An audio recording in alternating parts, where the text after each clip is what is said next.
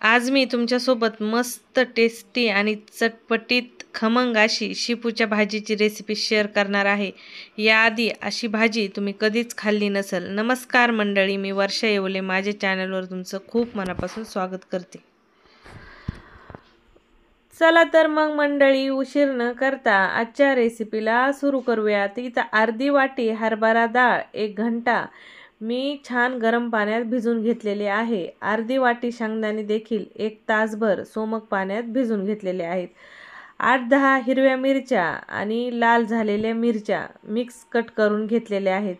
10-15 लसणाच्या पाकळ्या कट करून घेतलेल्या आहेत। मध्यम आकाराचे 2 टोमॅटो कट करून घेतलेले आहेत।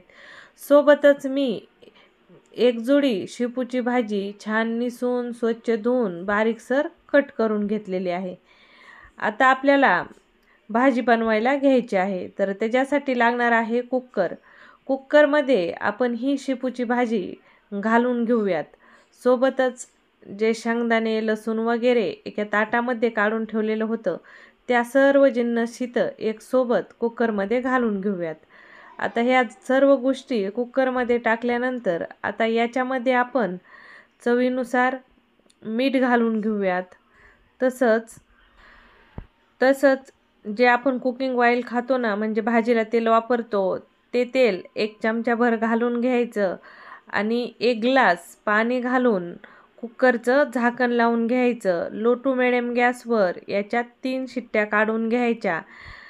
3 शिट्ट्यामध्ये व्यवस्थित छान अशी डाळ वगैरे आपली शिजून होते। तुम्ही पाहू शकता मऊसूद अशी डाळ शिजलेली आहे।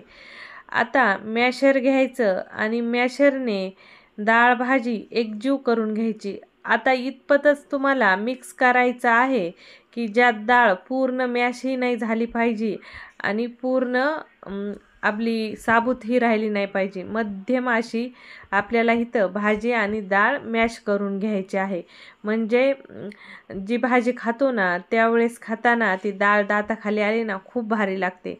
आता इथं 3 चमचे बेसन पीठ घेतलेलं आहे। बेसन पीठ देखील इथं घालून घेतलं आणि छान बेसन पिठासोबत ही भाजी मॅश करून घेतली, म्हणजेच मिक्स करून घेतलेली आहे। तुम्ही पाहू शकता। आता तुम्हाला या स्टेजला यात पाणी ॲड करून घ्यायचं आहे। तुम्हाला भाजी किती बनवायची त्याच्या हिशोबाने तुम्ही इथं पाणी घालून घेऊ शकता। आता पाणी घातल्यानंतर गॅस मध्यम ठेवायचा आहे आणि मध्यम गॅसवर छान आपल्याला ही भाजी 5-6 मिनिट शिजून घ्यायची आहे। सोबतच वरतून मी थोडीशी हळद पावडर घालून घेतलेली आहे। आता हळद पावडर ऑप्शनल आहे, तुम्हाला कलर छान पाहिजे असला भाजीचा तर घातली तरी चालेल आणि नॉर्मल आपली साधी भाजी पाहिजे असेल तर नाही घातली तरी चालेल, पण हळदीने भाजीचा कलरही छान येतो आणि खायलाही टेस्ट भारी येते। आता ही भाजी मी छान 5-6 मिनिट मध्यम गॅसवर शिजून घेतलेली आहे। आता याला आपल्याला वरतून एक तडका द्यायचा आहे। त्याच्यासाठी मी तडका पॅनमध्ये तेल गरम करून घेतलेलं आहे। तेल छान कडक गरम करून घ्यायचं। तेलामध्ये जिरे, मोहरी, लसूण घालून छान मस्त तडका तयार करायचा आणि मस्त असा खरपूस लाल रंगावर आलेला तडका भाजीत घालून घ्यायचा आणि चिमूटभर मी लाल तिखटही घातलेलं आहे तडक्यामध्ये।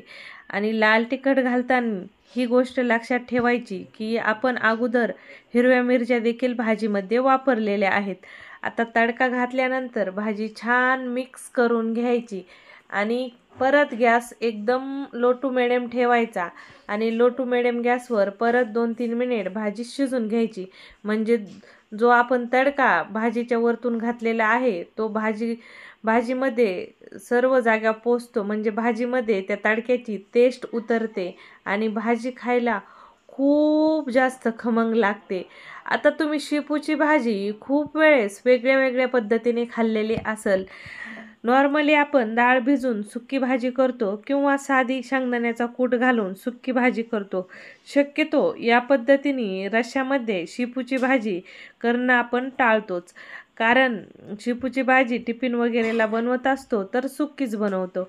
तर या पद्धतीने तुम्हीही तुमच्या घरी शेपूची भाजी नक्की ट्राय करा। अशी बनवलेली भाजी खायला खूप भारी लागते। ही भाजी तुम्ही ज्वारीची भाकरी, बाजरीची भाकरी किंवा चपाती नाहीतर पांढऱ्या भातासोबत देखील एन्जॉय करू शकता. खूप भारी लागते आणि तुम्हाला दिसतच असेल दिसतानीच की किती भारी बनून तयार झालेली आहे. आपण या भाजीला जो लसणाचा जो वरतून तडका देतो ना, तो तडका या भाजीमध्ये खूप भारी आणि खमंग टेस्ट आणतो. आणि आमच्या गावाकडे या पद्धतीने हाटून भाज्या करण्याची खूप पद्धत आहे आणि बऱ्याच भाज्या या पद्धतीने हाटून बनवल्या जातात आणि खायला देखील खूप भारी लागतात. आणि आमच्या घरी ही भाजी आम्ही शक्यतो बाजरीच्या भाकरीसोबतच खातो आणि बाजरीच्या भाकरीसोबत ही भाजी एक नंबर खायला लागते. तर बाद झालं आता. तुम्हाला रेसिपी कशी वाटली कमेंटमध्ये सांगायला विसरू नका. रेसिपी आवडली तर लाईक करा, शेअर करा आणि चॅनलवर फर्स्ट टाईम असाल तर सबस्क्राईब करूनच जा. परत भेटू अशाच नवीन रेसिपीसोबत. तोपर्यंत धन्यवाद.